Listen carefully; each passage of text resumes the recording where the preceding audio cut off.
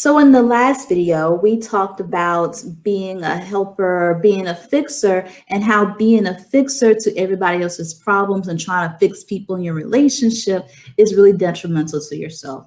We also went over some questions to ask yourself to help you identify, are you really being just a helper, or have you crossed over into being a fixer? So today, what I want to focus on here is how do you honor that part of you who really truly loves helping people, who really truly has a heart for people, but you don't want to be taken advantage of, and you don't want to cross over into being a fixer and depleting yourself of your time, your energy, and your resources. So I have a few things for you to do to help you do just that. How do you get around? How do you honor your spirit of helps without being taken advantage of as a fixer? So the first thing you want to do, number one, is to get clear on the difference between being a helper and being a fixer. You see, when you are a fixer, you become the person who is responsible for whatever it is you're trying to fix. That means you own the problem, you own the solution. You are, for lack of a better term, the project manager, the engineer, the procurement specialist, the expedited expert. You are it. You are totally responsible. But when you become the fixer for other people's problems, or if you become the fixer of another person, what you do is you are absolving the other person any responsibility. You see, when it comes to certain problems and situations, there's usually going to be just one person who's going to be ultimately and solely responsible for the success or the failure of that thing. It's not usually going to be two people. There may be two people working on it. You may say we both have responsibility, but usually it's going to be one ultimate person who's going to be responsible for that. When you put yourself in a position of being the fixer of a man, the fixer of his problems, the fixer of his relationships, the fixer of everything, you become the responsible party. You are taking control of that. Is that really what you want? But when you are a helper, you are simply lending a hand to a process that's already started. That is the main difference. You see, when you are operating your spirit of helps, that means you are adding to something that's already existing. You're not taking over. You are just adding to a process. The process may have like 5 steps. You just stepping in and helping on step number 3. But the rest of the 4 steps is going to be his responsibility. But see, the fixer create the steps, plan the steps, find the resources for the steps, make sure everybody executes the steps. That's what a fixer does, because that's what fixers do. And it's funny that I'm saying this, it sounds so repetitive. That's essentially really the definition of a fixer. But when you are a helper, think about this. When you're building a house, you go hire help, right? And the help could be a painter. The help could be a carpenter. The help could be an electrician. You have different people doing different parts, but the ultimate person who's responsible for the construction of that house is going to be the general contractor. So you have to look at yourself like that. If you want to help a man in his life, you want to help your man in your life, don't be the general contractor. Be the electrician. Be the painter. Be the carpenter. Be the interior designer. Be the addition to, not the foundation of.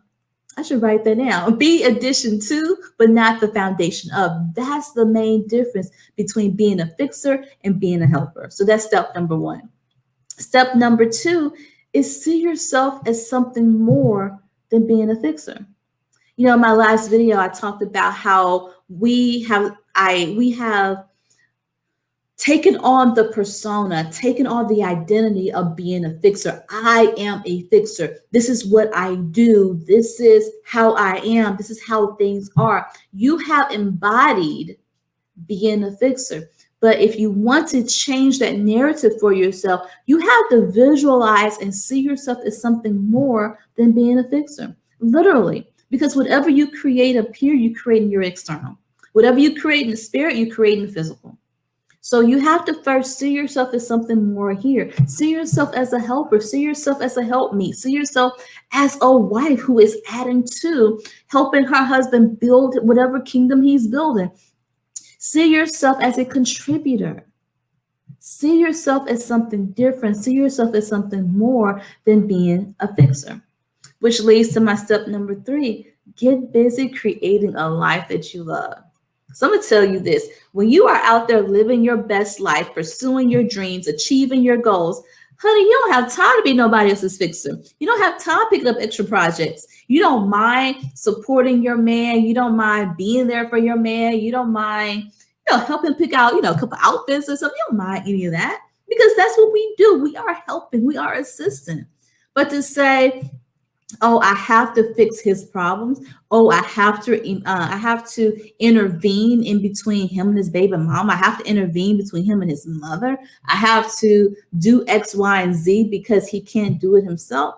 You don't have time for that if you are pursuing your own dreams, if you are pursuing your own goals, and if you are living your best life. Because what's going to happen is that before him, you was living your best life. And then one day you're going to realize, well, damn, my life has decreased in value, and it has decreased in excitement, it has decreased in happiness since he's been in my life.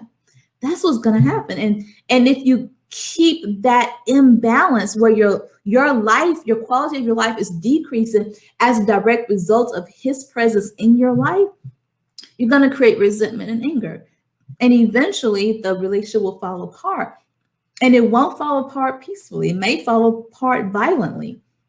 So you want to be able to maintain this passion for your own life, maintain this drive you have for pursuing your own goals and your dreams, so that when you are in a relationship, you still have the time and energy to support him and to pour into him as needed, but you'll also begin to show by example, or lead by example, if you will, what life looks like when you're pursuing your own goals and your own dreams and handling your own business. So get busy creating and pursuing the life that you're passionate about. That's number 3.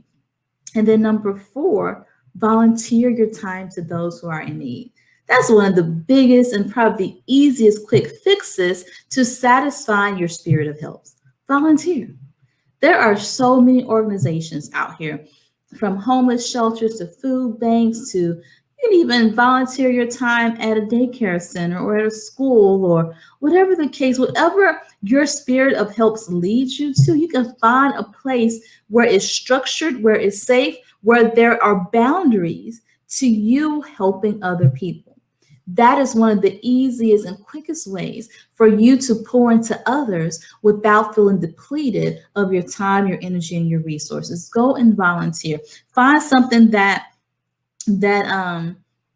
just lights you up. Even if it's, and what I'm thinking about is Habitat for Humanity. And I use the example of that building the house being the painter or the carpenter instead of being the foundation of the house. Go work for Habitat for Humanity. If you just want to help somebody build, if you want to help a man get a house, go to Habitat for Humanity and go help them build their own house. Go help them paint or whatever. And that gives you that perspective that you need to say, I can contribute because somebody else is doing their part. But remember, you're not responsible for doing the whole job. You're just responsible for doing that one part. So go volunteer so that you can spread your love and spread your positive energy to those who are truly in need. So what I want you to leave here with is that wanting to pour into your partner, wanting to help your partner, wanting to see him be and become the best version of yourself. There is absolutely nothing wrong with that. But what you want to do is that you don't want to cross over into being a help. You don't want to cross over into being a fixer, fixing him or fixing his problems, because eventually not only would you create resentment, you may inadvertently create a codependent relationship. And a codependent relationship never ends in both people being happy. But the question I really want you to ask yourself as I close out this video today is, if you find yourself always operating in fix-it mode in your relationship, if you are always operating Captain Save a Man mode in your relationship, ask yourself, are you settling? Have you settled for this man? Have you settled for this relationship? Is this beyond just a time period, a short time period when he's down and you have to be up for him? Is it beyond that? Have you actually created a long-term relationship, a habit of being the fixer for this man and being and settling for a relationship that really doesn't make you happy, that really doesn't meet your needs.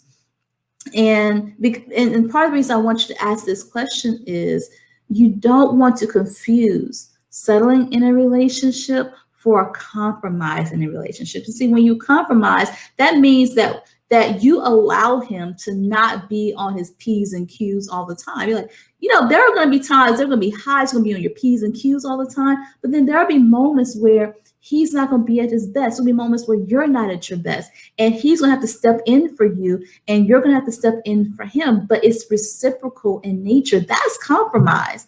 That's compromise. But we don't always understand the difference between settling, compromising, and over compromising. If this is you, I invite you to join me on my webinar, Is it Compromise or Are You Settling? Where I'm going to go over with you the 5 signs that we typically miss as women that tells us, ring, ring, you are over compromising. Ring, ring, you are settling. You are not actually in a healthy relationship where you are compromised in a healthy way. If you want to know the answer to these questions and really gain some clarity and some confidence that you need to determine if this is the right relationship with you or are you actually settling, I want you to go ahead and reserve your spot at compromiseorsettle.com. All right, go ahead to compromiseorsettle.com and reserve your spot today. All right, you guys, thank you so much for joining me here this evening. And until next time, be bold. Walk in your brilliance and be completely unstoppable in the pursuit of what your heart truly desires in your in your life and in your relationships. All right, you guys, have a great day, and I'll talk to you soon. Bye-bye.